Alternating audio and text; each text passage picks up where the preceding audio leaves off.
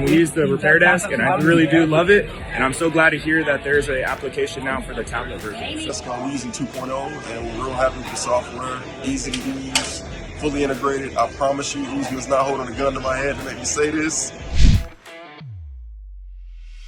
For the most part, was really just about the inventory system was one of the things that saved so much of my time and hassle. It's been great. I love the integrations.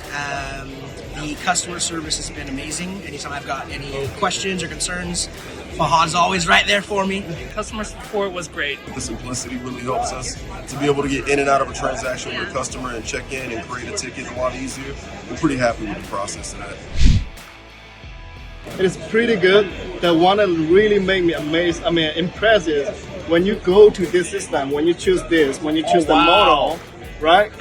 Everything is Amazing. built in. Like, you don't have to do any data. Time is key. Data entry. I think it's really great, and the fact that it's running on Android OS, it looks really clean, it looks really easy, convenient for people to learn and be able to help out our customers for an easier checkout process.